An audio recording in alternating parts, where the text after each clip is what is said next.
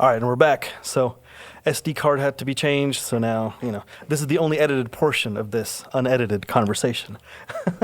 We were talking about No One's Alone, all the bands. Right, how we all kind of conjured at Howlers. How we all, and kind of how we met each other there, Right. and that was the breeding ground. That was the thing. And then coming out of Howlers, then we started to take over the 18 plus scene. We did the all ages shows a bunch as well, but then we started playing at BJ's, Sharks. At least that's where No One's Alone did. BJ's and Sharks. Yeah. I feel like we played at Howlers as well. And I don't know if there were any other. How can I forget? SummerSlam. Right. That was one of the. That was like the big stage, man. That was like. That was the big stage, Yeah, right? yeah. And that was a Graham Johnson hookup, and Yeah. I'm forever grateful to all of those folks because thinking back to it, we were as you said, very kindly, we were a strange, motley looking crew of people, and they gave us a shot, and we ran with it, and that led to all the gigs afterwards. I believe you had asked how I met Cadel and how that went down. So I'm just taking it a few months before that back. I think so. I was at the college. I came to. So after graduating high school, I was super young when I did. I went to the U of A to do pre-med. I was doing honors biochemistry, and at some point I realized I didn't want to do it. And because I was really young, when you're young, you don't care about anything. You'll do whatever, because you're young. You're like, I'm going to do this. So I dropped out, and then I let my parents know. And then I ended up coming here to GPRC, or to Grande Prairie to go to GPRC to do comp sci, which was the next thing that I was interested in as you got to have a plan B. So that was the thing. Yeah. And so while I was, and then I ended up dropping out of that. So dropped out and dropped out again to really do music for real this time. Yeah. So just before I dropped out, I had gotten into jamming with Neil Farnquist. And so Neil was, again, as we were saying. Was he also attending GPRC? He was. I forget what he was taking. Right. But he was in class with a girl I knew, and she'd mentioned the things that you say about music and stuff sound like the things that my other friend says. Maybe you guys should meet. Right. And so that guy was Neil.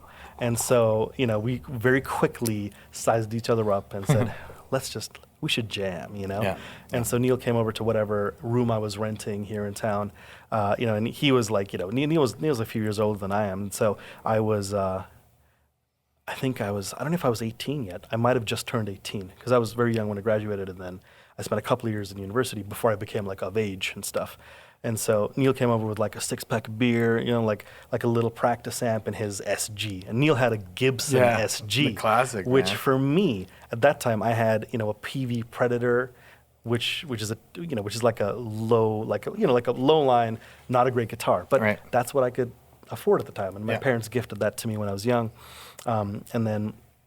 Same thing with my Explorer. The Explorer that everyone thinks is a real deal Explorer of some sort is a Hamer Slammer, which is their lowest of the low kind of series. But again, that's my parents gave that to me for Christmas or something, Christmas and my birthday combined, something like that, and it was amazing. And so Neil comes over with a 6-pack, which made me feel like an adult. I'm like, yes, Sweet. This is what musicians do. They, right. Why shouldn't I share a 6-pack of beers, it's just one of those silly things, and a Gibson SG, and I'd never seen a real Gibson being played by anyone who I knew, thought, wow, this guy's serious. They played very well though, and too. that's the thing. Neil was even at that time, you could tell he'd put in his hours playing.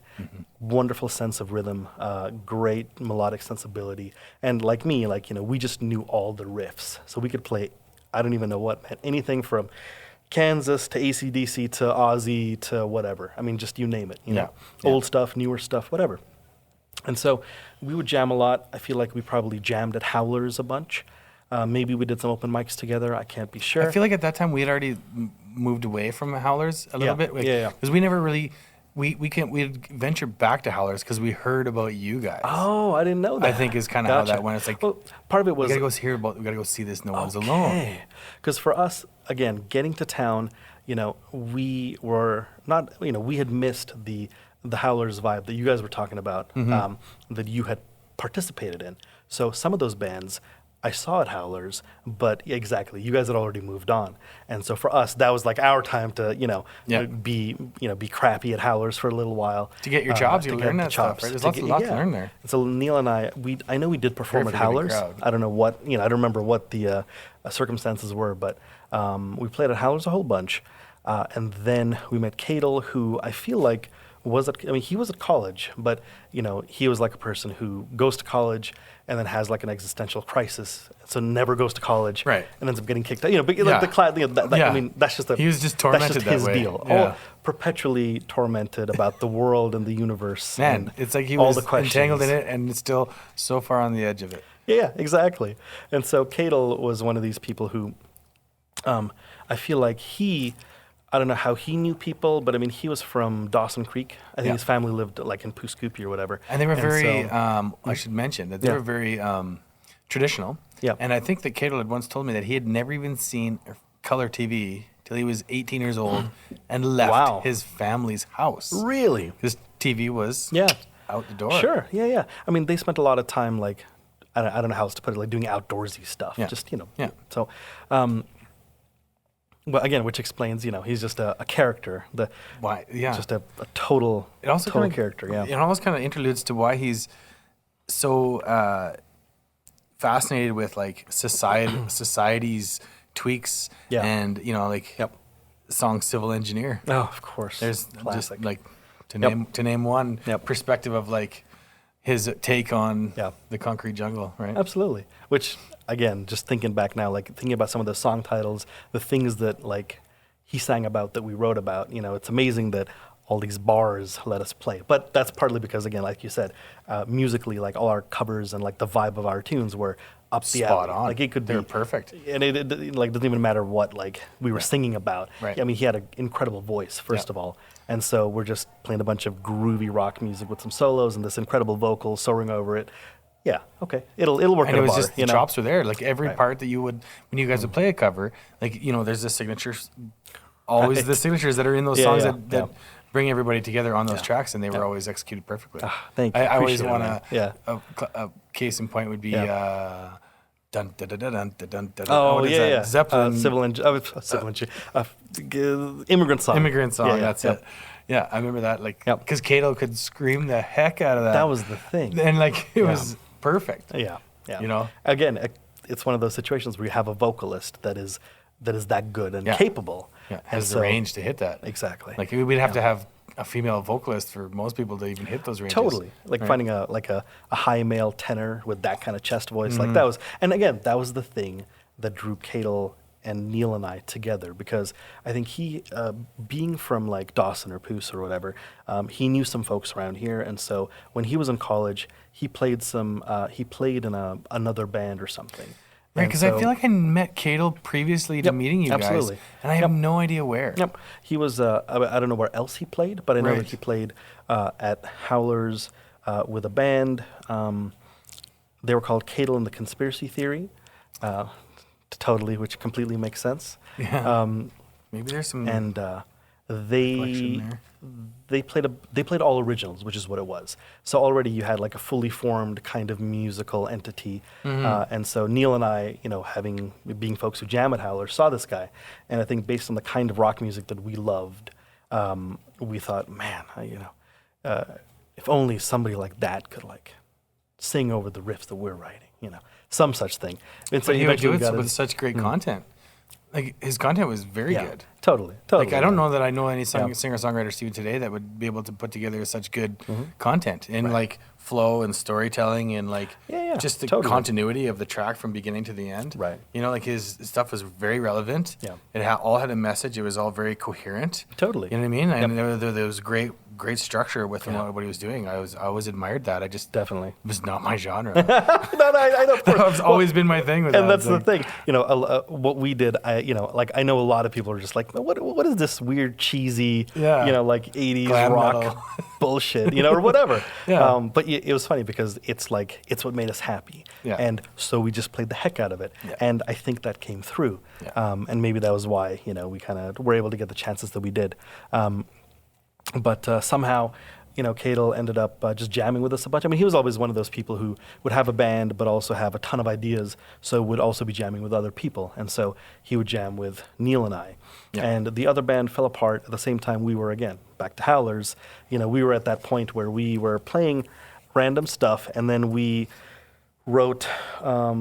this made so much sense at the time, 18 years ago, it was like the stuff of rock music legend, but now it's nothing. But so we were trying to write some songs. I mean, we had this gig at the open mic, and we're like, man, we got this song. And so I had some riffs, and Neil had a melody to it, and Cadel had, we were jamming it out, and Cadel arrived before we were supposed to play, and he said, "What is that?" And I'm like, "Oh, I don't know. I mean, I have these chords here, and then Neil has this melody here." And he's like, "Well, hold on. Open up one of his mini notebooks with lyrics, and he's like, okay, keep doing that." And then we wrote what we called the napkin song, because he wrote the lyrics on a napkin, and we're like, guys, this is a sign. We have to play the song tonight. And we did. And the deal was sealed. And we're like, yes, this is meant to be. We're a band, and it was just, sweet. It was so funny. And it was such a genuine, adorable moment. Oh, and the energy that's going on in there. And that's the thing, right? It was all about the energy. The energy was right. The vibe was right. No One's Alone, musically speaking, was... totally a team effort, It'd be one of those things where, especially once Stacy was in as well. Stacy was older than us, and he'd played a bunch. He'd gigged a ton. Higgins, he'd been Higgins, right? Exactly. Alluding to that, right?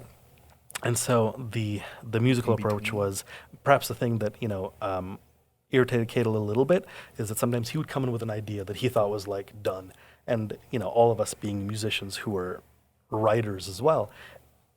We would kind of take it and run with it a little bit, okay, I do this, you do that, let's do that, let's change this here and there. And then we would have a song that I think worked better, because of the sum of its parts.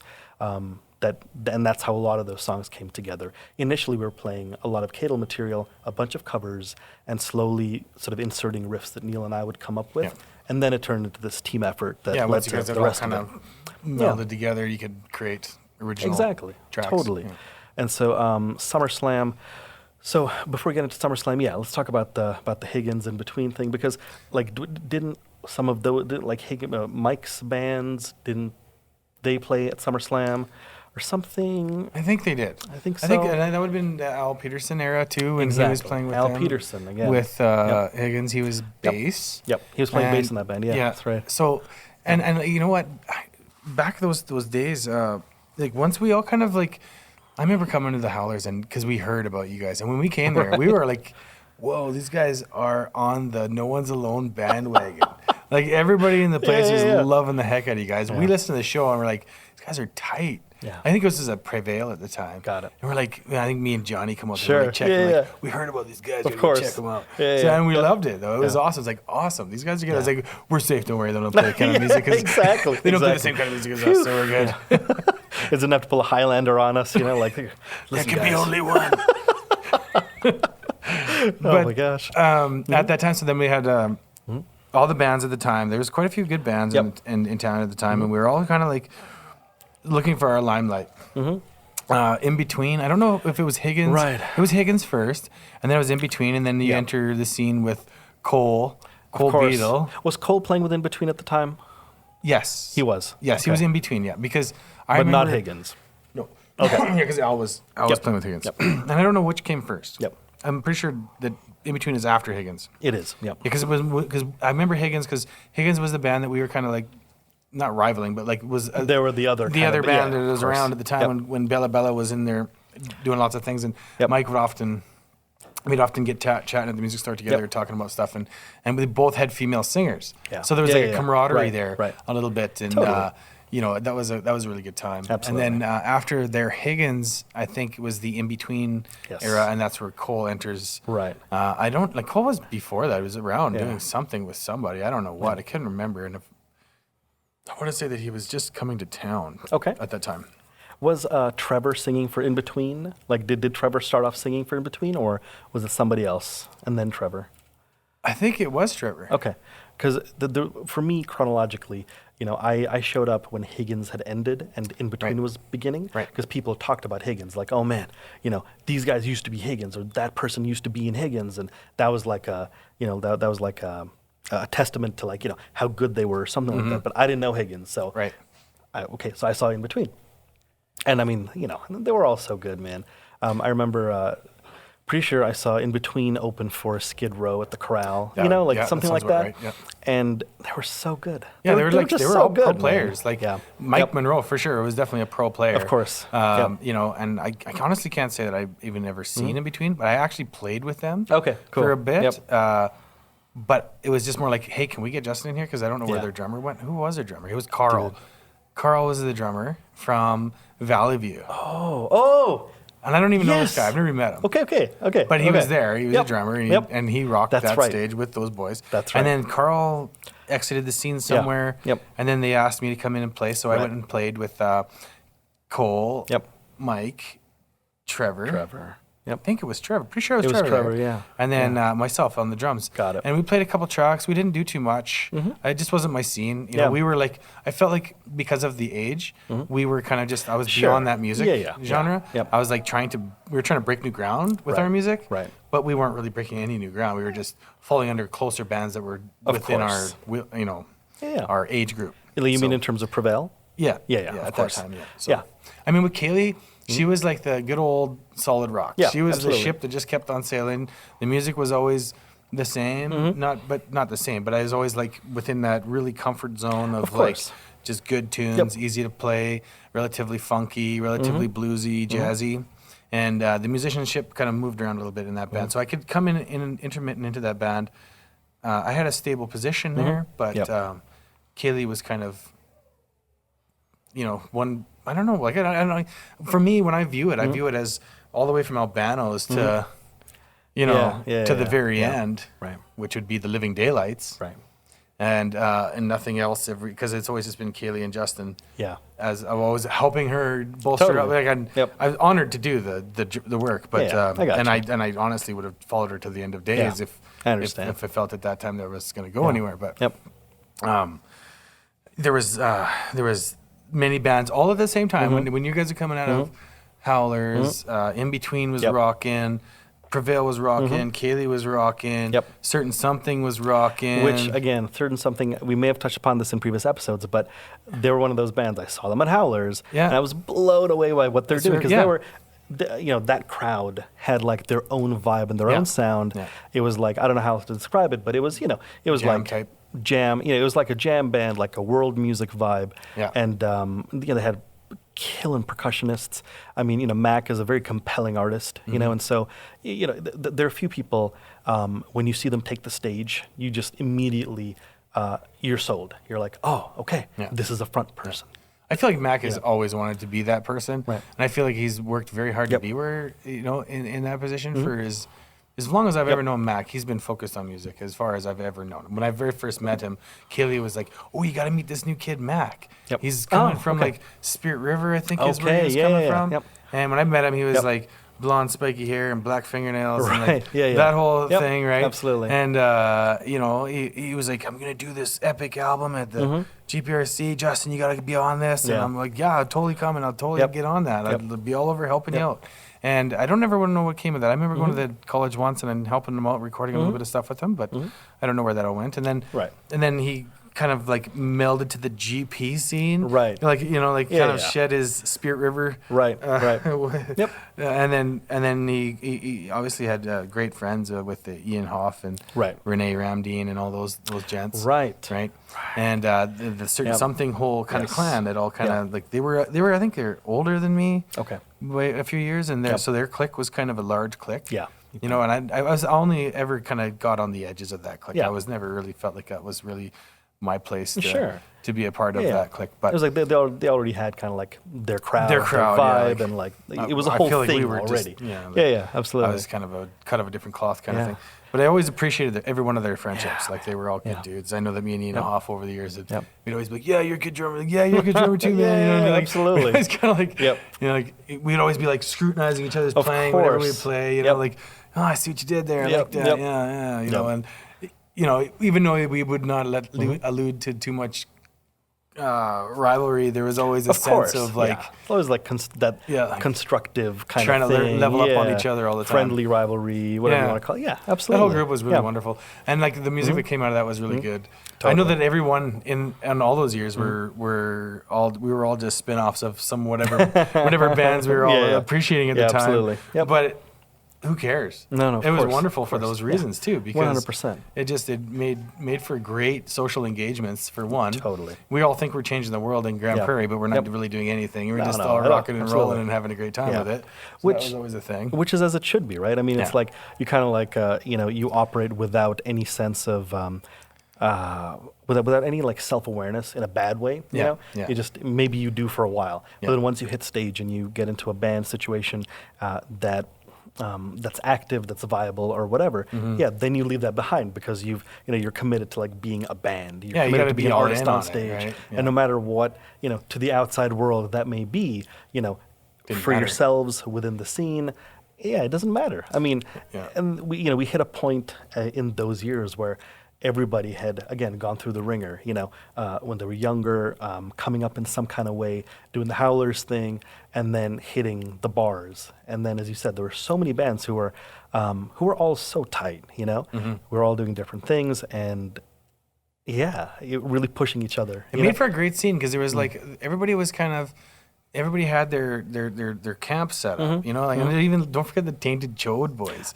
Oh my gosh, of course, awesome. That's right. Earlier we were talking about, exactly. They were the kids, totally. They were younger than us. Yeah, and that was like still bros. That was like Brent, Matt, Travis, Colwell, and someone else. I don't know who. Right? Yeah. Oh, Richie. Oh, that was it Richie?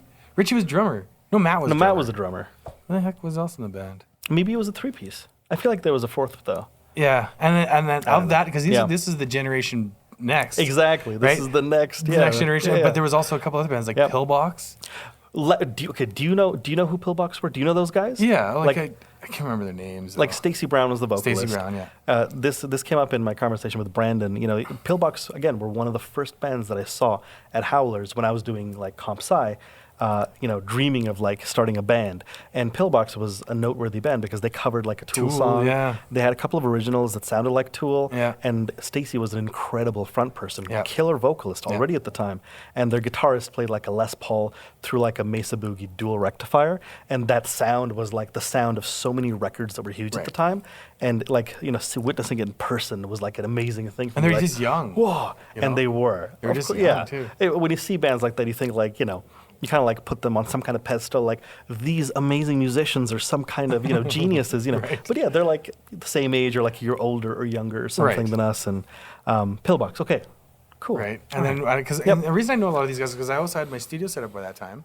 I didn't know that. Okay. So I was getting all these guys to come in, right? And they were coming in, and we were like recording whatever we could get for them because it was like James Odenberg was recording. Yes, James, and it was me, of course. And then I don't know who else. Mike Monroe, but not really. Yeah. Like he'd have the underground thing of the GP music. But he wasn't doing a whole lot with it, I should mention, who was it? Me and Stacey used to spend a lot of time together drumming back in the day. Arvo? Yeah. So back in those days, we like kind of kept a good camaraderie going because I definitely appreciated him. I had a lot of respect for Stacey. He was a great player. I learned a lot from him. Even though I'd already been playing for so long, it was just the way that he approached the drum kit. I was just like, I was like, oh man, there's so much more to this kit than I would ever could imagine. Yeah. But then it was, whatever. Yeah. No, so of course. we were exposed to so many through these friendships of drumming because that's also my connection with Matt and Tainted Chode is that Matt used to be like, oh, Justin.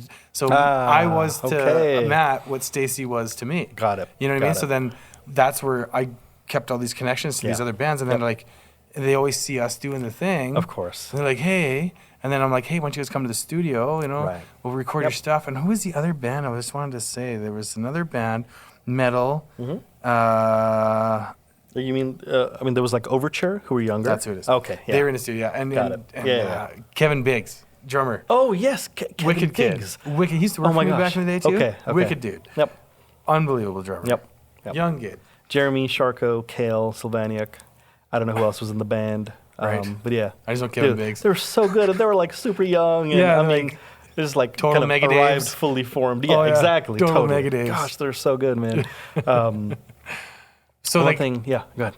sorry. So there was the select bands that were on the top, not on the top, but like there was I know like what you mean. of the same the forefront caliber. of that wave of the scene at the time, whatever That's you right, want to that's call right. it. Yeah, and then there course. was the younger generation that we were like watching come up behind us. Yeah, And we're totally. Like, awesome. And then there's this huge camaraderie of like 10 bands, 12 bands. Like Yeah, there's there were so a many bunch good of bands. bands there. Absolutely. Like everybody was all helping each other out. Everybody was trying to like totally go to each other's shows. Yep. And it was wonderful. I'll take a moment to praise Stacey Arbo for a moment. Like what an interesting and cool human being. Just what like Stacey's one of those people like I can only describe as a character. Like he's and anyone who knows him knows exactly what I mean. Just a hilarious dude, very interesting person, and a killing drummer. Yeah. Stacey came into the No One's Alone fold because he like walked by and heard us practicing. Oh, really? And so we used to play at the Rising Society. Do you remember that place? Oh, by I Muskogee? know. That old like Yeah. condemned church kind of thing. Yeah. Oh, yeah. And so we knew somebody who worked there or something. Is that where we met? I don't know if we met there. It's possible. I don't think so Yeah, though, because I'm I feel like we met I'm in trying to think of that all like night. indoors, Yeah. like in a bar or some kind of thing. Right. But we used to play there, and so and the reason is because we all Free jam space. free jam space, but also we had half stacks, and Right. in my case, a full stack. You could crank There's it. no reason for any human to have that much, that much wattage, but we did, and I did, because it's cool. I think that's the And first time I ever saw Pillbox was on that stage too. No way. Because we used to jam there too, right? I didn't know that. Okay, We okay, would show there every once in a while. cool. I was okay. asked to put it on with Yeah. Kelly and Dude, I had no Emily. idea. Was it Emily? Of course. and Angie. I don't know if you ever met Angie. She Angie was the girl who's actually Maximets? running that place. Oh no, I'm sorry. No. Who's running the thing? Okay. Yeah. I don't think I know who that Angie is, but maybe Cadel or Neil, probably Cadel, had that connection, and so we would just roll up with our, massive amplifiers in tow, and that would be like one place where we could just crank it up, And Cadel had like a couple of speakers and stuff, so he could, like sing into a mic and amplify his voice, and so it would just be like vocals and just like three halves, because Cadel was also playing guitar at the time, Right. and so we had a 3 guitar thing going. Somehow Vince Marple came into the fold Right. as our first bassist. I think Vince, again, was a person who frequented jams a lot, and also, we kind of vibed a bit. He was, Vince is a very creative person, and so he kind of came into the fold, and then Cadel knew this kid, Bryce, from Lethbridge. Bryce, yeah. Maybe he was from where? Red Deer, sorry, thank you, Ren. From Red Deer. And maybe he was like a college person, or he just knew him, wasn't a college. Saxophone player? No, not that Not Bryce. that Bryce, no. This is like a different person entirely. Okay. And so this kid, Bryce, who Cadel knew, came and jammed with No One's Alone to begin with. And then because Bryce, he lived in Red Deer or something, so it could never work out. Some such thing. Brendan, do you remember? Oh, no. We'll save it. Okay. So we'll get it. So there was this kid, Bryce. Yep. And then there wasn't this kid, Bryce. Right. And so we were, but while we had Bryce as a drummer jamming at the Rising Society, and all this stuff happened over the course of a few weeks, maybe just a few months, not more than that. Stacy and Gina were walking by. They were going for a walk. They lived in the neighborhood or Right. something. Yeah. They heard us play, and Stacy was like, who is this incredibly tight band who's Right. clearly already a drumming. band? Yeah. Exactly. Right. And he It's just just kind missing of me. Yeah, exactly. Walked up and was like, "Hey, I'm Stacy. Like, who are you guys? What's going on?" Introduced himself and expressed interest in drumming. And I'm so glad that he did, because along with Neil, Stacy also has an incredible sense of time. Yeah. He's a very melodic drummer, and as you said, because he'd been drumming in the studio for James Oldenburg a ton at the time, and so Session musician. exactly. So he knew, like in terms of songwriting and stuff, in terms of the craft of putting songs together, how to put parts together. Yeah. And so for us, who are, at least I can only speak for myself, but I feel like the rest of the band was, fairly green around the gills in terms of putting together songs that were concise, Yeah. And so Stacy, again, that was one of his roles in the band, was aside from being a stellar drummer and a great backup singer, was also advising on like arrangement and stuff, Yeah. Like Cadel would want to do something very abstract or whatever, and Neil and I would kind of put our stamp on it, and Stacy would chime in, and then we'd have like a No One's Alone song once Yeah. it went through the ringer Yeah. of everybody. I feel like that's like the role of every good drummer is to Totally. like, you don't have any melodical ability outside the like Tom 1 to Tom 4, right? Right. So you're like, Gotcha. your only real claim to any kind of writing is arrangements And is composing. man, and I felt like that was my major part in most of my bands as well. Got it. The only place I could achieve. And the thing is, like, sure, vocals are like the focus of vocal-driven music. Yeah. But I mean, in terms of feel, what do people feel when they're on a dance floor? It's all about the groove. And so when you have a drummer who knows, I mean, that's priceless. His pocket was always impeccable too. So good. He just lay it down, and it was there. It was you didn't have to question whether he was going to come in on one. It was like clockwork. Oh, and after playing together for a little while, I mean, it just became one of those things where we could all, we'd become comfortable with each other, so we could flow, as much as we wanted to, and know that everyone was going to come in on the next time the chorus came around, or the solo section ended, or the bridge ended, or something. And everybody's like that. meters were synced, and that was great. Beautiful. Like, my timing was pretty, it was kind of shitty at the time, only because I had been playing a ton of metal, or trying to, and so I would try to do dumb things like play everything with downstrokes and all that kind of stuff, which is a noble endeavor. That's great, but sometimes that's not the thing to do. Yeah. And so there'd be times when we'd be playing, and I mean, at the expense of the feel and the groove, I'd be trying to technically pull something off, on a technical, which didn't Steal jive. the limelight. Totally. Yeah. It was kind of, and so again, with Stacy in on the mix, everything just got tighter. Everything got really lean, and we were able to write and just be a band. And so songwriting-wise, that was for me the big songwriting thing. I'd been songwriting with other people, perhaps that in bands that weren't as good before that, but it was all kind of leading up to that chunk of time. Yeah. Stacy was a cool cat. Like, the first time I met Stacy, it was actually weird because this is years before. I think this is actually several years before I ever met you. My cousin was living with me at the time, and he was working at Nelson Lumber.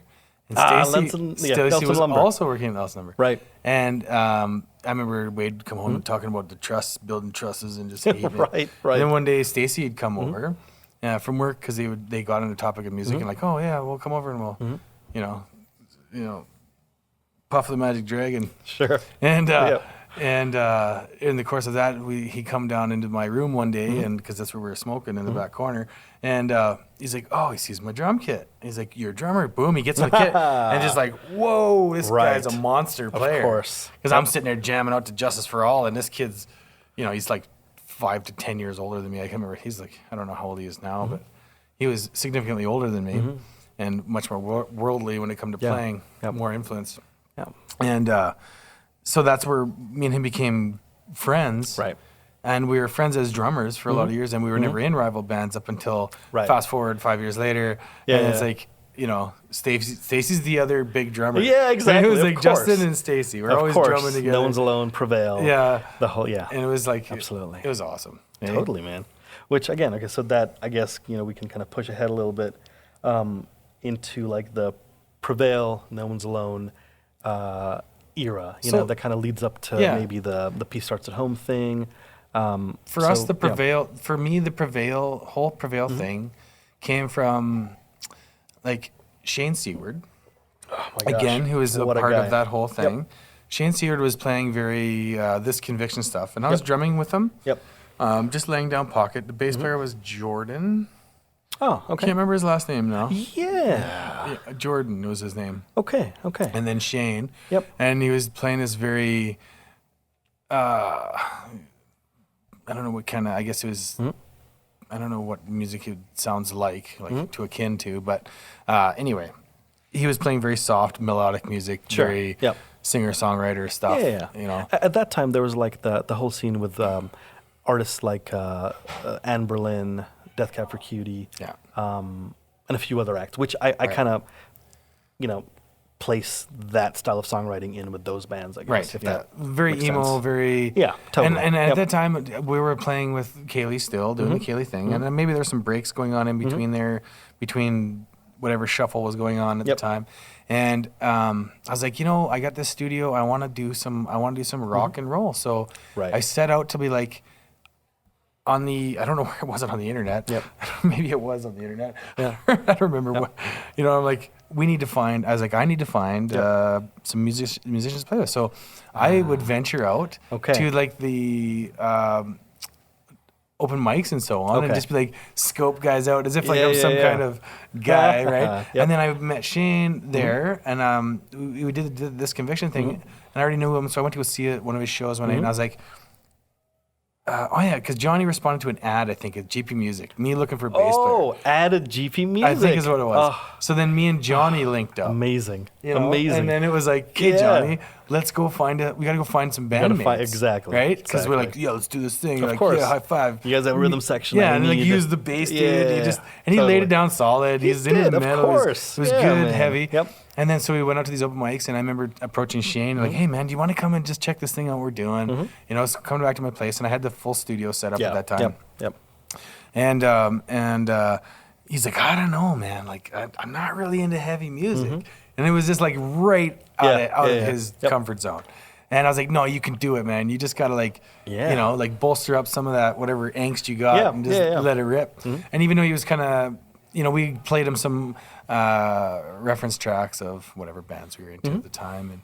And then so he was like, okay, well, we'll see what goes on. And then I don't know where we got, again, an ad, I think, is where Curtis Merriman came from. Right, Curtis Merriman, of course. Right? So what a guy. That's where he came from. And he was just solid. He was in the pocket. He meant well. Good player, good gear, yeah, good great vibes. personality, dude. Like, super go with the flow kind of guy. And we're like, we need one more guitar player. So we found Jerome Engels. Jerome Engels. Yes. Jerome Engels. Totally. And we had a conversation recently about Yeah, him. yeah. Anyway, so we kind of put it all together. We played a couple covers, and we're like, "Holy crap, this is actually pretty good," you know. Yeah. And then once the covers, you know, Shane was doing the video. He was at Much Music. Much Music, dude. I remember yeah. that. So Well, was he now? Did he do We that were before? full on Prevail Okay, you were. already. Yeah. Okay, got it. Because I remember that was like a. You know, that was like big news. You know, Yeah, like, that was huge, yeah, because for I mean, us. I was already aware. He's of you wearing guys. Prevail shirts. He's wearing a Prevail shirt. Yeah. You know, with like a little mohawk, but tats. You know, like, and I mean, Shane is one of those. You know, he's a very compelling character. Video DJ, and he's very. Man, I mean, he looks like a star. Do you know what I mean? Like, and his whole vibe at the time He had confidence in his translated playing, well. He did. His It performance was translated good. well Yeah. on TV. I mean, you know, just him being there just looked like he was supposed to be there. He was meant to be there. You Yeah, know? and that's what clearly. we felt too. And it's funny because we laugh about this now. Yep. I remember us. He's like, I was sitting in my hotel room, Yep. and I was just so full of inspiration after Yep. doing this video, whatever it was. And then he's like, so I wrote this song, and then. Yep. We listened to it in the studio actually just the other week because I found a bunch of old tracks. Oh, that's from amazing. like 20 Yeah, years yeah. ago, and I was like, "My Hands" was the song. It was called "My Hands." Okay. And so he wrote that there. He bring it back to the band. We're like, Yep. "This is epic." So Yep. we like structured it up a little bit Yep. and did some tweaking to it and made Yep. it prevailed it. And then Yep. and then it was just part of the set, and it was Amazing. epic, right? Could you talk about the songwriting for Prevail a little bit? Like, Yeah, how, so- where the idea was it like a Shane-led situation? Did riffs come together? Then you Kind know, of, you guys. Did, Yeah, multiple everything? different Yeah. ways. Yeah. Okay. Most of the time, though, is kind of a like I would say probably 50-50 Shane led. So if Shane would bring good tracks, and we would just we would prevail them up. Yeah. And we'd do Got what we it. do. Yep. And then other tracks, it would be me and Johnny and Curtis jamming together because, for whatever reason, that's what it worked out to. Yep. Or just whatever. It was just kind of, it's very organic. There was no major structure to Got it, I it. don't believe. But I believe, if I can remember correctly, Shane was bringing a lot of content to the table. Yeah. Got it. But we needed that because, for him to get behind it, I think he had to be a major part of it because, again, we sense. were outside of his comfort zone a Yeah. little bit. And he was kind of like, he was trying to be what we Okay. wanted him to be, I see. where it was like outside Yeah. of his norm. Okay, I So, understand. It was good for him to bring content Sure. because then he can get behind Yeah. it, right?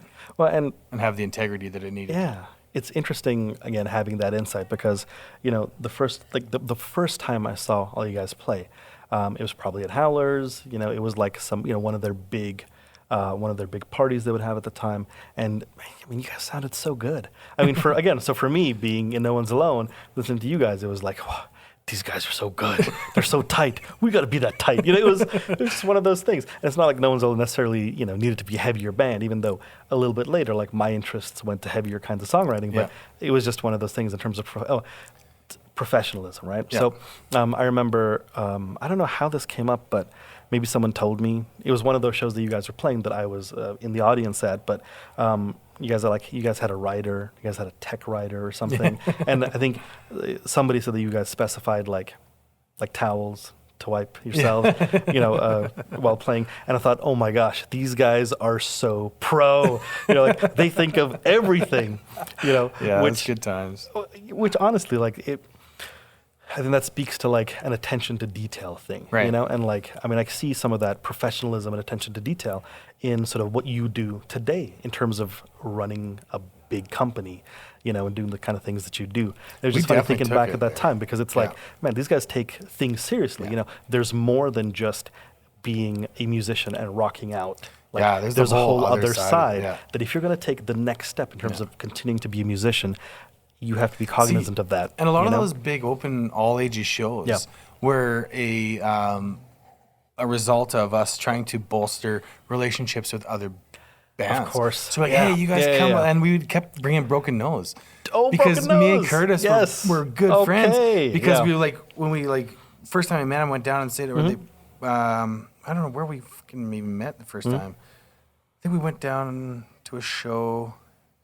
Can't remember where I met him. We played with him. We played with him somewhere. In Edmonton? Yeah, somewhere. Reds. Or here. Or here, something, yeah. I don't remember. Okay. We invited Sarah. Okay. Sarah was soliciting bands. She maybe had friends with them somehow, had made this connection, invited them up to play. Gotcha. And we get to play with them. Right. And then in that moment, we all made great friends. They're like, got it. Broken Nose is an excellent bunch of dudes. Yeah. Right? And absolutely. We made great, me and Al became good friends. Well, not great friends or nothing, but good as band tight friends could be. Of course. And then Curtis, the drummer, and I, we both oh, you're a good drummer. He's like, oh, you're a good drummer. Totally, and then we were high fives for being awesome drummers. Did we just become best friends? Right? Absolutely. Yeah. And so then we would invite them up. We play these all ages shows, and everybody's the whole GPs wearing Broken Nose shirts for the next little while. Exactly. And they'd invite us down there. We'd go play with them. We played the Crowbar and so on. Crowbar. Back before any bands that really came out of would go there, right? So that we were kind of doing that. And then did you guys play with a couple other bands who were big at the time who ended up coming here a bunch? Did you guys play with Deep Fine Grind, Marble Engine? Yeah. I mean, what an excellent couple of bands, man. Right? Edmonton-based. And it was all an event to keep these shows relevant, right? Because we couldn't just play every show and just be of course Prevail playing another show. And a lot of our group, we weren't necessarily bar music. Even though we could play the bar and enjoy the bar because we played tracks that everybody would want to hear, but we had also a lot of our following was the younger generation because we're trying to stir them up a little bit. Musically, that's what the all ages scene was into at the time. I mean, you guys were so timely, I can obviously the popular band at the time that was huge, that would be an analog is Billy Talent, right? Yeah. But then for me also, we were definitely musically, vocally and stuff like that, I also got a bunch of At the Drive-In vibes. Yeah. And I mean, man, oh man. AFI. Oh, totally. And it's funny, again, as you said, that wasn't Shane's thing, but he was, stepping into it. Because when I saw you guys, everything seemed so natural. This is the guy, this is the guy for this band. Yeah. And this band as a whole. I felt like I put together a good team there. Oh, I mean, I didn't single-handedly. I definitely that was my brainchild. Yeah. But once we got one person, I totally just became this is all coming together really nicely. And once we had it all together, it was this was put together. Yeah, absolutely. And it was something that worked really well. Yep. And we all knew it. When we were in there, we're ooh, this is a band. You have a good thing going on here. Yep. And then it also became a vehicle for us to all kind of find our individuality in music beyond just being a drummer for whoever. Of course. It was I am the drummer in this band. It has a little bit of clout now, I can have this professionalism feel to it, so that you allude to the regs and so on. It's because we're we have to be as professional as we can. Yeah, absolutely. We have to show this, and we're playing Edmonton shows and we're winning Strip Down, the Edmonton thing. Exactly, which is another thing we should talk about. A big Battle Strip of the Down was Bands. huge. Battle of the Bands at Reds. Yeah. Then it became the Edmonton Events Center, and then the Rec Room or some such thing. Yeah. But West Edmonton Mall, that's where, again, we saw Machine Head at that venue. And so that's where Strip Down took place, for example, in Edmonton. Then there was another thing in Calgary, maybe. Yeah, so the Calgary one wasn't as good a show for us as it was. But the first Strip Down for us was epic because, it's funny because I'm going to talk about this one character who is like the most amazing person ever. So, and I live vicariously through him today. So when we were knowing we were going on to play this Prevail show, we practiced our butts off, right? Because we knew what this meant to us. Yeah. We're a GP band, some loser GP bands, everybody just looked at us like we're just like some kids coming out of wherever. Absolutely. And then when we came down, also I'm from Wetaskiwin, so that's only 30 minutes away from there. So everybody that I knew in Wetaskiwin that would want to come out and see us, who would never get the opportunity, could then come, and all of our family come, and everybody was coming with us. And then when we got there, they had such a wicked event because they had the first time you ever really kind of get it. It's like the video all in there, so they're doing a big video interview with the band before they come rushing out and so on. And it just felt like we were all vibing on that. Absolutely. And when we were in the video, I remember Curtis was like, come on, let's rock or something. You just bring it on, come on, everybody, and you can hear them. And they're just playing it outside on the big screen. Everybody's screaming outside. Awesome. It's this is going to be epic. And then we come out and play, and the kit was actually really good kit. And really good backline too. Very pro. Everything was very, very had well all done. the A&R heads sitting up at the top, right? So Universal was there, and all these other band, all the other labels were there. And I just remember the pressure of it all. And then I look out in the crowd, and there's just all these people, and it was they were there to see us. It almost felt like, right. And we weren't playing it the same night as Broken Nose, which is beautiful because they would have won guaranteed. Sure. I'm pretty sure they won their night. But Curtis and all those boys come out to support us because we were all friends. Of course. So then he's got his little bit of following, Broken Nose following over there, supporting us out there. And then we played our asses off. It's probably the greatest show we ever played as far as we're incredible in terms of playability and the songs and everybody's stage presence and everything was dialed in and crowds are screaming and I remember playing that we playing our set was just so epic, right? And then I remember in the crowd there was one individual who very particularly was my biggest fan, and he's from my hometown. He's a good friend of mine. He's Brad Kennedy. Right? And Brad Kennedy was always this little kid who always just looked up to us. Right? And where is Brad Kennedy now? Brad Kennedy is the bass player at Cobra and the Lotus. Heck yeah. He's the kid that made it out of Wetaskiwin to play pro fucking music, right? Touring the world. Where the rest of us couldn't even, and he's been Europe 5 times. He's played with Def Leppard and Kiss and just toured with these people. He's just so we all live vicariously through Brad now.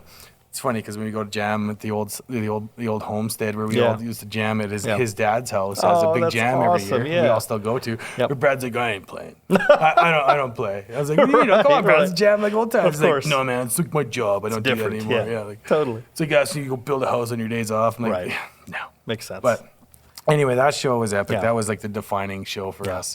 That was incredible. It was really big. I was there. I don't know who else was there. Maybe the entire No One's Alone crew was there. I'm not sure. But I remember seeing that, and you guys were so good. And when we won it that night, it was just we couldn't have done anything. We could have died the next day, and it'd been all good. Absolutely. And then Curtis, of course, Justin, we're going out. I'm okay, we're going out, right? So then me and Curtis are from Broken Nose are going down to Filthy McNasty's. Yes. Because Al was running Filthy McNasty's. That's right. And what a great name, by the way. I know, Filthy McNasty. Sorry. Most epic bar name ever. So then Al's he invited all the A&R reps. Oh, wow. To Filthy McNasty's for free drinks. So Curtis and I went down there to just schmooze it up with these guys. So we were just sitting there talking shop with all these A&R reps all night, getting drunk. And then we went to some after parties, and needless to say, at the end of the night, Curtis had to pour me out of the car and pour me into the elevator. I think if I remember correctly, he walked me all the way to my room so I wouldn't get lost on the way because I was super hammered. Epic time. Epic time. That's amazing. It's interesting because there's such a wonderful tie-in with a lot of these characters in Edmonton too. I don't know if you remember dealing with Mike Diltz. Do you remember that guy? That would be from... He was at Reds. No, I forget what else he did musically. Right. But he was the guy who got us out to Reds. No One's Alone, that is. Right. And got got us playing a bunch of shows.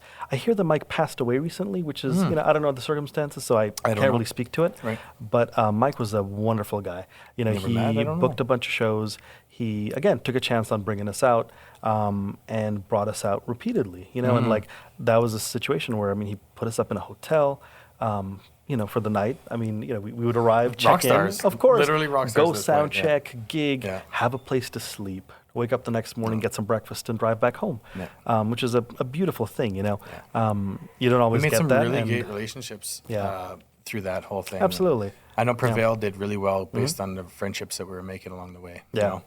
That was interesting. The Edmonton scene was so cool, man. Again, it was one of those things. We were here in GP, and so for us, getting out, playing out was like, okay, geographically we're far away. Right. So we go to Edmonton, maybe we go to Calgary, maybe we try to go back to back and then drive home on Sunday or something like that. Because we all have lives. And that was literally a tour for us. That's just because none of us are quitting our jobs. Of course. You can't live in the north and not have a job. Right? Totally. You can't do half these things. So we were all weekend warriors. Everybody was. We'd do the how tour we from did like Edmonton, or we'd do GP, Valley View, Edmonton. Exactly. Right? Kind of like a little... Maybe playing, or Edmonton, Red Deer, Calgary, just something wherever like you could that. put something together. Yeah. Prince George, something, which was amazing. And there was such a DIY element to that, that's how you had to do it. That's right? Because you had to track down these local people that would want to. You had to do all the legwork, convince them to book you, know. And you weren't playing covers. Because you could do it. You could do it playing covers, and you could book them all over the place. Yeah, that was the thing. This crop of bands that we're talking about, everyone played original music. It was all original music. It was all original music. It was all from a unique point of view. Everyone complemented each other band wise. It was a crazy time, man. Let's move on to I guess. So when we played in Calgary, strip down wise, your time at Prevail had ended, correct? We did play that Calgary strip down. No. It was not as good. Like I said, what happened is we were basically just not getting along as a band at the time, and we weren't connecting the way we should have. And I had a big part to play in that, just because I was getting disconnected from the band itself due through substance abuse and alcohol and all the constant partying that came along with playing. Sure. So that was a thing, and then it kind of got maybe a little bit better of me than it should have, and we weren't connecting as a band very well, because there was just elements of our individual characters that just that started to shine after the whole after all the polish kind of rubbed off on the band being of course. new. We kind of had these lines that were like, okay, well, these were still lines after all of this time, and that we weren't getting along as well as we should have. And I kind of pushed out, but I needed to leave because I needed time to repair myself from that element. And that show in Calgary, that strip down, was kind of like the straw. And it was kind of like, I'm done. At the same time, they're like, yeah, we need to move on, because I was just not in it for those reasons anymore. Like for me, we'd already played so many shows. We've already done so many things. We weren't getting anything out of it. And I was kind of giving up on it a little bit because of those reasons. And the music itself was not going to be the vehicle that made the success, because I felt everything was kind of getting a little bit forced at the time. But not from any other perspective other than just my own. Yeah, I understand. And it probably might not even be the case. But when we played the show in Calgary, we just weren't hitting as a band. Even the video part before, like you go out, and it was in a really terrible venue, I should mention. Yeah, I remember that. It was absolutely horrible venue. It was weird, man. And it's like you're like behind a curtain doing this video thing, and and then you come out and it's like there's 10 people there. There might have been a little more, but they didn't. And like Calgary is not the same as Edmonton. It's not. It's they don't respond the same. Completely different. Yeah, it's like they want to hate you more than they want to love you. It's like a bunch. Everyone's like they're ready to do that. Like what? When are you trying to sell here? Exactly. This is our territory. I know we're here already at the show, but still, we'll do this.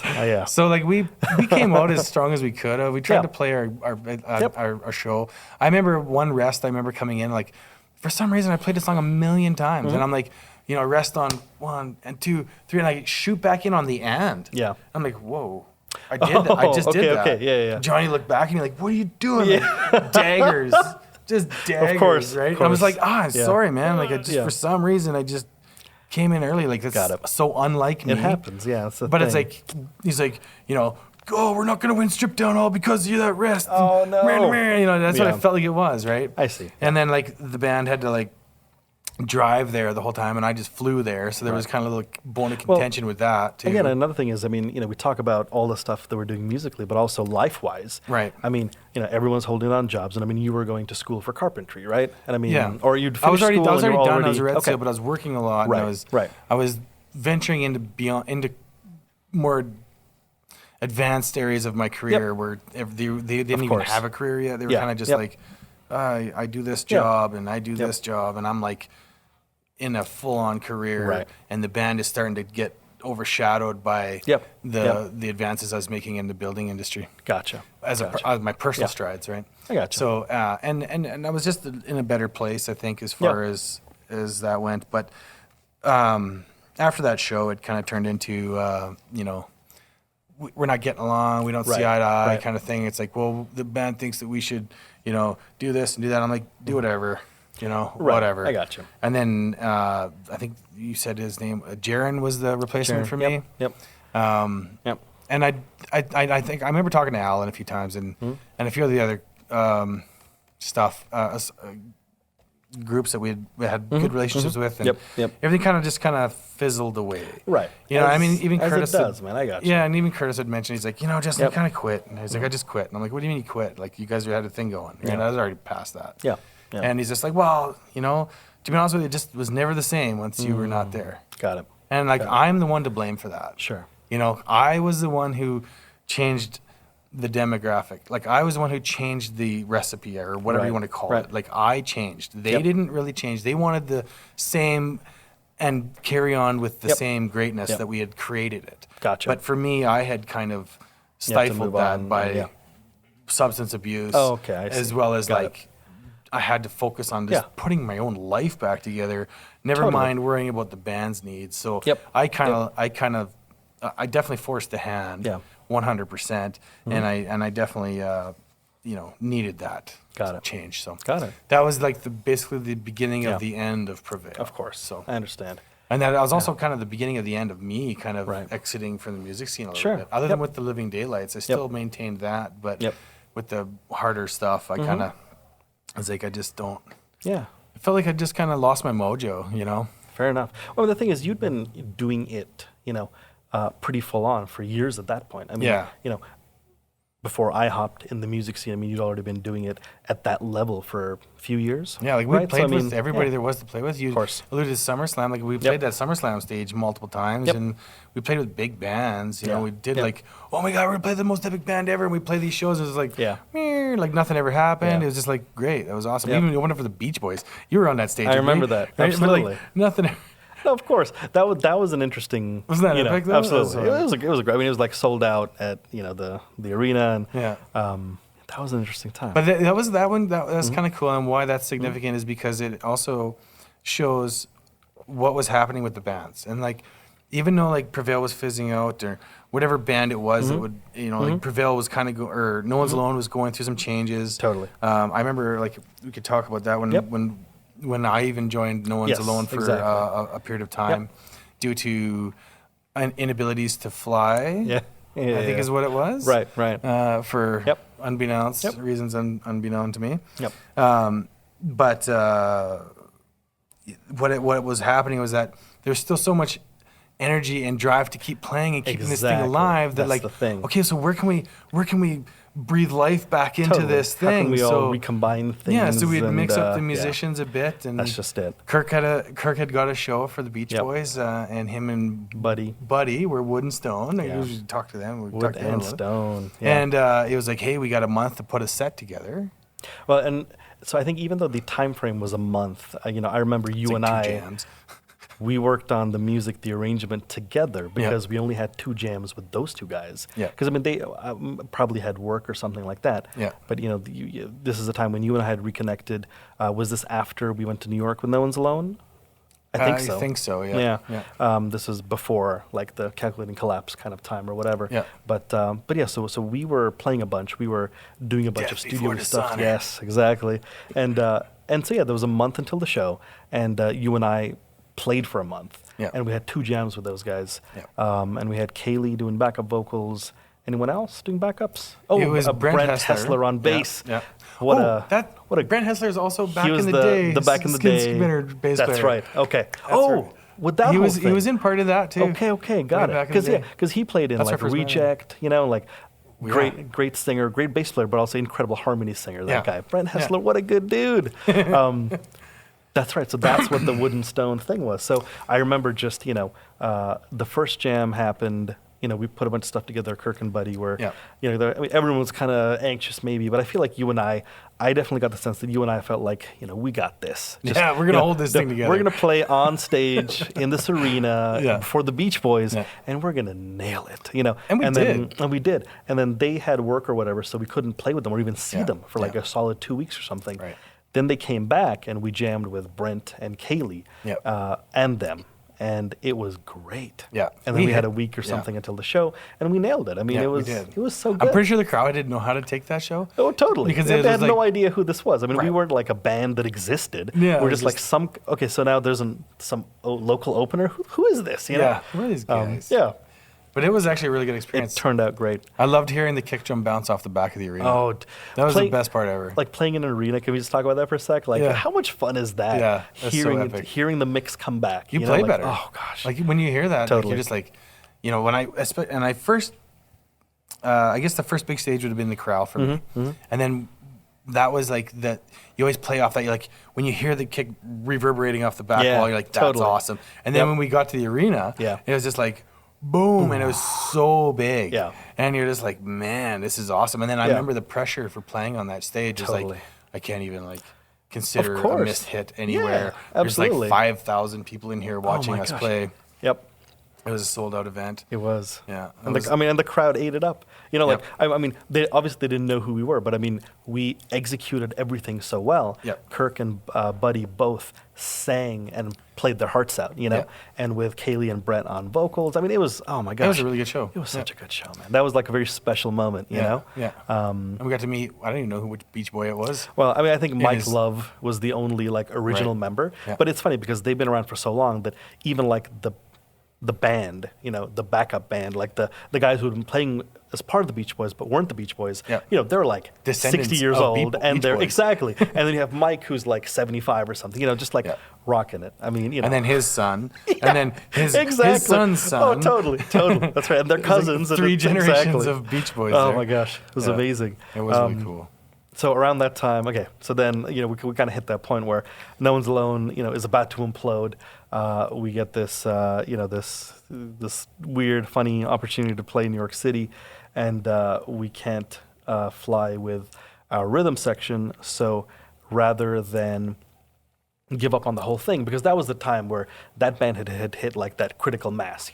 If anything was going to happen, it had to happen, or else the band was going to fizzle out. And it was like that 2 or 3 year kind of chunk of time where you got to, figure out how to level up, or else it's just, it's just going to stop. It's just what happens, Exactly. Yeah. And so I don't know if I or Cadel or we reached out to you, and we tried to figure out who we could get to play bass, and Brent Hessler's name came up, and we put it together. We rehearsed a bunch of No One's Alone stuff, flew to New York. And it was funny because it's like 2006, it's like the industry was already changing. Like being here, you don't necessarily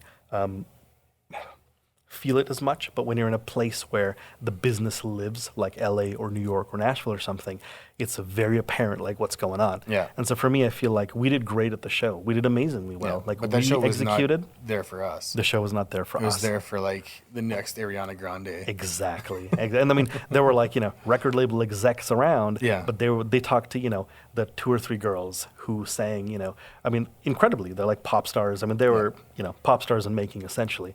And they were who anyone would talk to. I'd have to admit, the best part of that entire time though was just being in New York, and it's funny because it was a fiscal decision to like, okay, well, we could get 2 taxi cabs. It would cost us $120, right. Or we could have this limo. Of course, it would cost us half the money. Limo, naturally, we'll go for now the limo. Now we're a band rolling in New York in a limo. Everywhere we went, we're rapping of course, in a limousine. which is funny because awesome. Totally one of those situations where like the limo driver obviously like scoped us out. Yeah. Like headhunted us and was like, guys, listen, and he wasn't wrong. He was totally awesome. wasn't. He was great. He was correct that it would save us money. Yeah. But it was just so funny because we were even though like the band was imploding, like in the relationship with Cadel, me specifically, and then also with Neil, sadly. No, not me and Neil, but Cadel and everyone else. Yeah. It was just like, it wasn't going to last much longer. But that was like, as far as a last hurrah with that combination of people, that was a lot of fun, man. That was a super epic time. And like going to all these little, in the Tribeca Film Festivals going on time. Exactly. So going to all these events, right? And we were able to get into a lot of these after parties and stuff. Yeah. Do you remember going to, there was like some weird secret club that we got invited to? Awesome. We should have died that night. Oh my gosh. And then, do you remember the trip back to the hotel? We stopped at like some like Colombian restaurant and like a fight almost broke out between like, well, the folks at the restaurant and us. That was it was such a foreign place for me to be. Like, sure, New York. Yeah, I remember getting day drunk a few times walking around, right? They'd be like, "Oh, you're from Canada. Here, I made you this special drink." And of course. We're walking around all day. And exactly. Well, which was funny because we walked around all day, Like we were there, we did a thing, then we had some time, walked around all day. We went to some of these after parties and stuff like that. We went to somebody's birthday. Fascinating. We went to that secret party we went to, and they're like searching you for guns and everything. And we get in there, we're like, we were so out of place. So we were like, gosh. I don't even know how to put that in an analogy, but like we were like stuck out like sore thumbs. Completely. Like especially Cadel, right? We're a bunch of dudes. Yeah. Just we were white. Yeah, sure. Of course. Yeah, absolutely. And it was like, and we're at like this dude, this homie's birthday party. Yeah. And like, why were we there? Dude, we didn't know anybody there. Not even one person. Exactly. So the funny thing was that secret party was at an even more secret location that happened to be like out the back room of this first secret club. Because we got there and it didn't make any sense. And I think Brent had made friends with the backup singer for one of these artists who sang at the thing. Right. And she was texting Brent and saying like, "You guys are where? Oh, hold on." And so we're just like, sitting around because it was late, but it was early for like a New York party. Right. So I mean, there were some people there and us, and it's not like you could lose yourself in the crowd because there was no crowd. And so we were just like, oh my gosh, should we leave? What are we doing? Like, these people are like, why are these suddenly guys like here? some kind of random hidden door opens. And then this backup singer comes out and like, motions to Brent and because they're texting and Brent's like, "Oh guys, let's go this way." And it's funny because I remember like it was such a fun time being out there with Brent because he's such an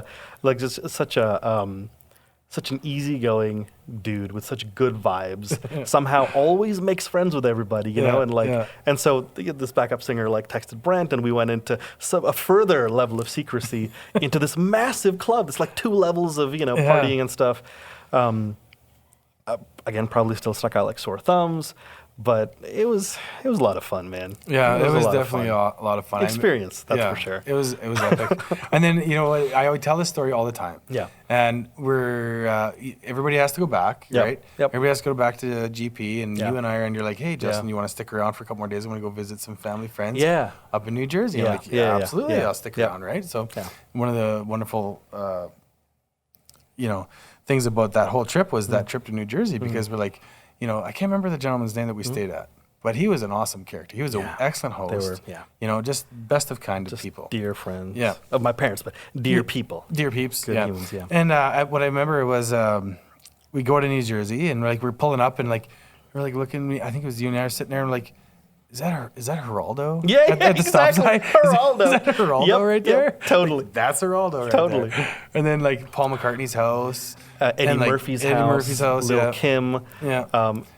And then we're like, we get to his house and he's like, "Hey, you guys, let's feed him." So he's like, "You guys hungry?" He's this typical hospitality in these multi-million-dollar mansions in like this neighborhood that I would never step foot in outside of this kind of a scenario. Of course. And they're like, "Hey, you want to go for a walk?" We're like, "Yeah, let's go for a walk." Yeah. We're like, two rock and rollers gonna just walk around the streets of New Jersey, Englewood, New Jersey. Checking out all these $1 million mansions, and that was just an awesome time. Yeah, it was, man. It was interesting. I feel like I mean, I can only speak for myself, but I feel like that was an interesting kind of bookend to that trip, and I think that part of like for me, that part of my my musical journey. It's kind of like, the No One's Alone thing was coming to an end in that way, and then we tried to kind of keep it going with a new vocalist. I remember we jammed with JD Belanger, great dude, wasn't the right fit, and then somehow we worked up to, again, speaking of you and Kaylee, to talking to Kaylee. And she's like, Kaylee, I don't know, can I do that? And I remember that conversation. Totally. She's like, can I do that? I don't know where, maybe we jammed at your place, or something. And give it a go. And I mean, again, Kaylee's just an incredible vocalist. And so, there's something cool about having that, that hard rock music, that heaviness with this incredible female vocal over the top. Yeah. It was really cool. We played a couple of shows here at Sharks that went off incredibly, because everyone was just like, oh, what is this now, Still alive. Yeah, and we played one festival somewhere else in Alberta, which was great. Alberta's own hard rock. Alberta's own hard rock. That's right. Remember we partied with Sean Verholt? Yes, that's right. That's right. Yeah. We ate lasagna with them. Remember they had trays of lasagna. It was super late at night. Oh my gosh, that was so much fun. I remember that because we talking to those guys. I remember Jason Cardinal. Yep. Yeah, and we had he couldn't get his bass going. Remember we had this thing, and there's so much stuff that happened. That first couple of songs on stage. And my thing was always when there's problems on stage, you play through them a little bit. But me and Jason did not see eye to eye on that. Totally. I remember we had to have a conversation after. Oh, yeah. Well, and then there was also a thing where Neil's electronic tuner somehow had been set to a half step lower than we had tuned. Right. So the first song, Neil started playing, and it was clearly two harmonic elements that were a half step apart, right? Which is the worst kind of dissonance ever. And so Neil, tuned and did the whole thing. We kept on going through, and I think the bass thing happened the second song. So Jason had had enough of, no, we're not gonna, we got to stop and then we'll start over. Exactly. Yeah. It's we can't do that. We have this limited time space. Totally. That's just it. We're just gonna have this crowd here, this entire amount of people just stand there and watch us do nothing. Fumble around and What we should have did is just us okay, let's just jam on. We're just gonna jam. Exactly. Take away from the song and do something else. Yeah. I remember that was an interesting festival. It was interesting, yeah. And then soon after, I feel the No One's Alone thing, it fizzled out. It was officially done and put to rest. It couldn't continue. So that happened, and then I remember you and I, actually, maybe it was a time that we played at, played with Kaylee here one of those times, but you and I ended up having a jam with these old Jamaican musicians. Do you remember that? Yeah. We played some of the heavier stuff, and because I think it was late, What was it? We opened up for them or something, or what was it? It's a show that we did? I don't know. Well, I think we opened for those guys. I don't remember who they were. And jammed with them. And we just went back up. And after the bar closed, after everyone had gone, the staff was partying, they were partying, and we just jammed some more. And then their keyboardist came up, and we just ended up jamming with this dude, just playing whatever. And it was incredible because we just played forever, and that was a special thing. And that somehow then led to I should say the early Calculating Collapse, which was then known as Death Before Dishonor. Yeah. Because I felt like playing heavy music, and I was like, yeah, we could give it a go. We could, I was just, I when we go into that one, I had good intentions. I just was not that drummer though. I found that's actually the band where I realized is as much as I want to play metal, I don't think I'm ever going to be a metal drummer. Gotcha. And it's not that I wasn't trying to capture that playing style. Right. Just was not something I had my heart in. Sure. And I think that's what's shown through at the end of it. Gotcha. Really. Gotcha. And that's an important thing to note is again, I mean, at that point, you had been a person who'd played everywhere and done everything in terms of gigging, gone through the ringer. You'd, been a trained musician since you were young. And so it's okay, this is not the thing that I do.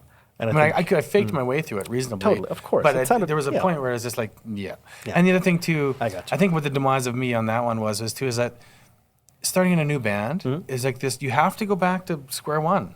Right. You really do. You have to go back to we're gonna play the open mics. We're gonna play the shows. But me as a drummer, I was just like, I can't do that. I hear you. That was my detriment. Totally. I was just like, I don't want to go play open mics. I don't want to go do this. I was like, why don't we just wait a little bit, book an epic show, blah blah blah blah. But and then it just was like, no, I was not the fit. You guys made the right decision. Like, Austin J. Yeah, I mean, it could have been handled differently, I'm sure. I mean, just come on. Notorious for making terrible decisions. Oh, I mean, us. Right. I'm sorry. You know what I mean? Like, just... all good. It was 100% good. Oh, my gosh. And then that was it. And I feel like, after that, Calculating Collapse did its thing until 2009, early 2010 maybe. And then I moved away. Yeah, and that was for me the end of it for me too, because at the end of Death Before Dishonor, the beginning of Calculating Collapse, for me I was just like, you know what, I'm out. I'm out from music. Yeah. And what it was, and then I just ran the studio for a little bit of time. Yep. I just was booking things, I think. Oh, that was kind of during that time, because you and I were working together in the studio at that time. Yep. And we were having a hell of a good time with that. I got to remember, that was a hell of a time. We did the first Choice Not Chance stuff. Oh my gosh, right? Yeah. We worked in the studio a lot. Yeah, we did a lot you of did good a ton of tracks. stuff by yourself as well, and then we also did a bunch of stuff, But it was that was like that definitely gave me the when I always thought to myself, what I was going to do when I was old. What are you going to do when you retire? Okay, well, what do I want to do? Well, I want to do music because I feel like I can't do it now because it's not going to provide me the outcome that I want. Yeah. So what do? I'll do that when I want to retire. Yep. It's like, well, I need to have the gear.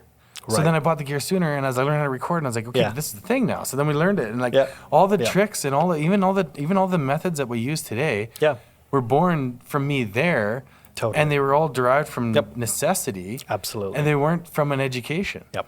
Which is kind of funny because I felt later, and I was like, oh, and I remember you and I, when we were kind of bringing you up to speed in there, and this is what I do, this is why I do it, I don't know why I do it, this is just because it works and it sounds better, blah, blah, blah. And then all these years later, we're still doing those same techniques. Absolutely. And I didn't realize that I was right on the path, and it was my own path, but it was the same path that it should have been, which is a wonderful thing for me. Which is a beautiful thing. And now, again, this whole thing, conversation series, podcast, whatever you want to call it, was born out of that reconnection. And I got to say, reconnecting with you has been a wonderful thing. At this point, we all have careers, families, children. It's just a great thing, man. And so to be able to reconnect and do music or connect on musical stuff with this hindsight, it's such a different, chill kind of vibe. It's such a different, approach entirely. I feel like at that time I was probably 26, 27 when everything kind of ended and I kind of moved away. You guys kept going after a little while from me. For a bit. Because I stepped away, I want to say 25 is when I was just like, I'm out. But at that time, I also had an opportunity to start JMS at that time. And then when I realized the outcome of what that was going to actually be, I just shut everything down. And I just 100% engulfed into just building. Build. And I mean, you've built an incredible company. You know what I mean? I mean, you're killing it right now, man. For sure. So, I mean, that's, thank you. That's the thing. So it's cool to loop back. Yeah, and you know what? With all that in hindsight. And it's funny because when you went and did your thing and you went to Berkeley and you did all these monumental things, thank you, unbelievable. You've taken music far beyond any capacity that I could have ever imagined. And it's funny because when you come back around after Spain and all these things, if you want to talk about that, we can get into that. I think I first, other than the Slayer show, or barely remember anything. Super intoxicated that night. But we met at Tito's. Yes. That's when I seen you again. And I was just like, Arjun. Right. I was like, hugs. I mean, I was approached with hugs. And that was the awesomest thing for me because I was like, I felt like I did you wrong a little bit in the end of Death Before Dishonor area. And I was like, I was always ashamed of how our split kind of went. I was like, I could have been a better man there. But at the same time, I felt like I was provoked, but at the same time, I was like being so an adolescent in some of that. And I mean, that's just when you're passionate about things, that's the way things go. Of course. And I mean, like I was saying before, I reciprocate all of that as well. I felt the same way. Yeah. But the thing the overriding thing for me was that, like our human connection was what was important. It was always very prevalent, right? Absolutely. Remember when we went to the SRTC and we advocated for radio and GP? Oh my gosh, as Sun like FM, the whole thing. I patrons know. of the that was such a wonderful thing. Absolutely. Awesome. That they reached out to us, that we did the whole thing. We spoke to, whatever, the SRTC, all those fat cats, and that also ties in real quick to community support, Sun FM, and everyone who worked there.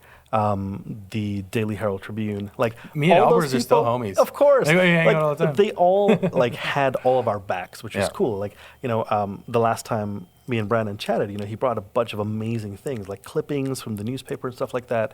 And I remember all of the, remember doing radio interviews with like Dave Sawchuk, Scott Belford, Darren Brown, and like all those people, and like again, we're like hometown bands doing whatever, and they would play our stuff on the radio, and that was huge, man. And so community support was good. So reconnecting, you're right, exactly as you described. The reaching out with hugs, it was like, all right, cool. This is I was like, man. This is what it was always all about. Yeah, right. And that was a beautiful thing. And to where we are today, I do music now because it's fun.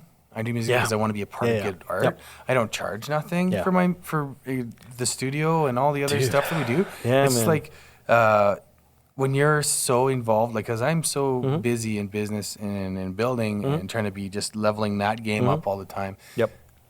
To put any kind of effort into music is very hard, especially when you have to have some kind of a regimen in place in order to have that. So the Mazimi boys that I play with now, which we just did that show there, that is a good thing for me because it allows me a very stress-free environment and I still get to scratch that itch. Yeah.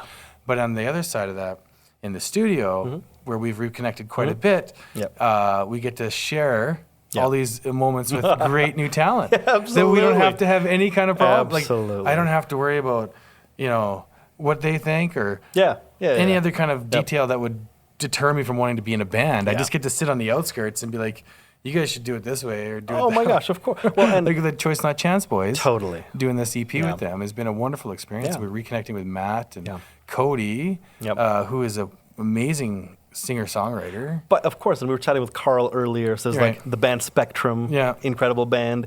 I recorded their first album. Right? There you go. Back in the old days. Yeah, it was a good time. And then, being able to reconnect on that level in the studio is a wonderful thing because there's no major commitment, Right. Like there's some commitment there, but exactly.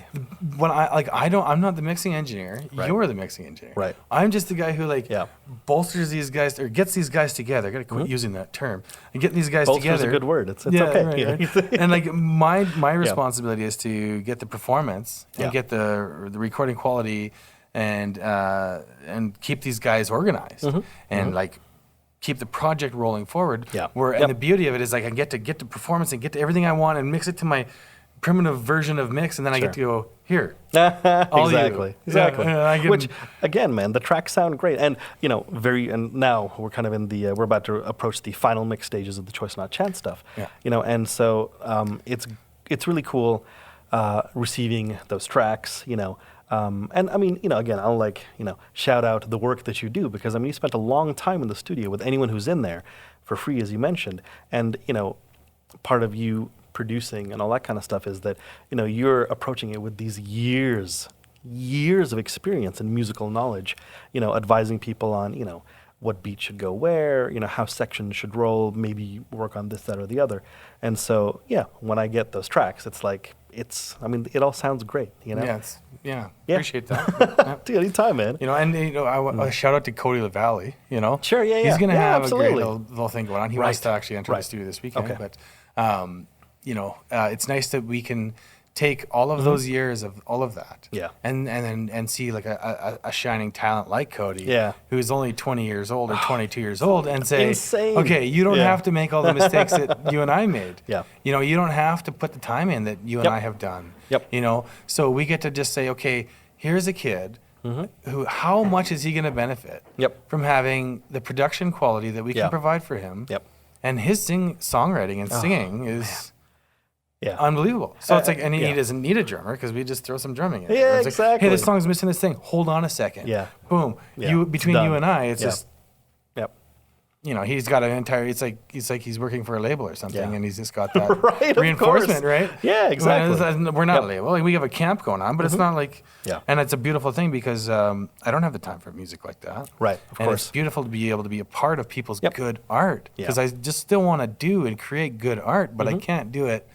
From the capacity which we used to. Yeah, of course. It's got to be on different terms now. So definitely, the beauty of having this studio now and being able to do this, like shout out to the boys that do this for a living, like Bev and Booth, and Chris McIntyre, Chris Mack, like Kelly Weeb. Shout out to those guys who are like slugging it out every day. Like, how can you still like music when you got to do this shit for a living? Totally. But like, you know, for us to be able to take what we do and support young talents like that is going to be one element in which we get to give back. Yeah. The music scene for us has always been really good. It's provided us with years of entertainment and worldly experience that we could never have gathered any other place than other than just slugging it out in GP, building essentially building a music scene, which I feel like I have a very big hand in. Absolutely, as well as yourself. Totally. Right? Thank you. We've done our work. We did, you know, we've done our work. We paved the way for a lot of bands. You know, especially this Fred stage here. You know, actually, one thing I was really worried about is when Shields told me that, like, oh, we're gonna, you know, the band or the Sharks is going away, and here comes John, who's gonna come in. I kind of had been talking to him a little bit at the time because he was asking me questions about music and bands, and I was kind of chatting with him about, like, you know, trying to see what he was going to do with this place because I had a gig here because I was running sound reinforcement for years here. And so I had a stake in the game. I wanted to know what he was going to up to. And then who could have ever imagined that he would create such an amazing stage that he's created? Like, this is what, like the top 10, one in the top 10 stages in Canada to play. In a little old dinky town, GP. Right? And like bands are like coming out of nowhere to come play this stage because they heard this place is epic. Definitely. Right? Which, and again, it's, you know, one of the reasons why when I was trying to figure out where to record this whole thing, you know, since coming back, I've spent a lot of time at Better Than Fred's. If I'm going out or something, like, I don't need to, you know, I don't need to party. You know what I mean? Like, it's a different vibe. Like, so coming here is like, you know, it's like a third space. It's, you know, I can come here and just chill, have a drink with friends, chat with John. I mean, the work he's done, as you were saying, over the years here in town for music, you know, and giving local bands a shot to play the stage. I mean, it's monumental, you know? I was really happy to know that he was going to pick it up where we were kind of leaving it, you know? Absolutely. I felt like we were losing a huge thing when John was taking over. I was like, oh my God, what's going to happen to the stage? Sure. Because that was like the place. That was the place. It became like, just like the spot for us and live music. Yeah, like we killed it. We had so many friendships made on that stage. We played with so many different people, so many different bands. Yeah, absolutely. You know, and now, you know, I don't play the stage very often. I did last time I played with Celeigh here. Okay. And that was years ago. And then, you know, I haven't played the stage in Fred's for probably 5 to 7 years, probably since the last time I played here with Celeigh. Got it. And even actually my first show outside of like Wembley, you know, playing with Mazimi boys, just playing like just random gigs and closing Halloween parties and like having, like, we're just a party band, right? So all covers and so on. You know, maybe it's time that we put something together and rock this stage, eh? I know. Dude, that's one thing about seeing live music. Anytime I'm here, you know, I just, you know, when a band is playing or something, I always get that itch. But like, you know, for me, I think like as a guitarist, your fingers just like start twitching. You know, you're like, oh, this song, I know this song. I need to play some sweet arpeggios. You're like air picking and air fretting things, and I know, dude. You know, we should. It would be great. I think it's the logical next step. But I think we got to cut it short. We got to cut it off here. I feel like we've covered everything we need to cover, and Brandon is here. We got to do some chats. Yeah, man. But Justin, thank you so much for everything, man. Yeah, man. Thanks for being here. It's been great. Pleasure. I'm glad that we got to capture some of the things that we talk about for posterity. Right. And, you know, throw this up on the old YouTube and the internet and stuff. And thank you, man. It was good, man. I really appreciate having me do this with you because this was.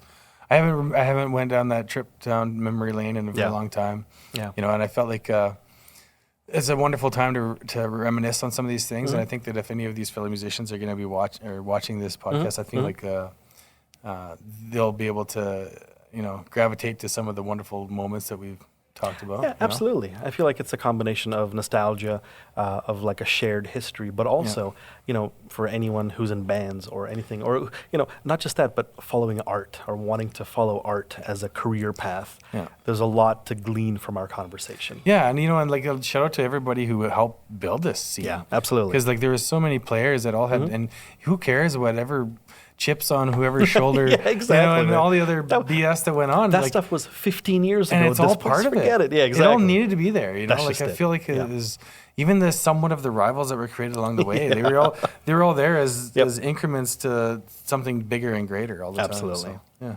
Cool, man. Right on, Thank man. you. That's it. Boom. All right. Take care. Cheers.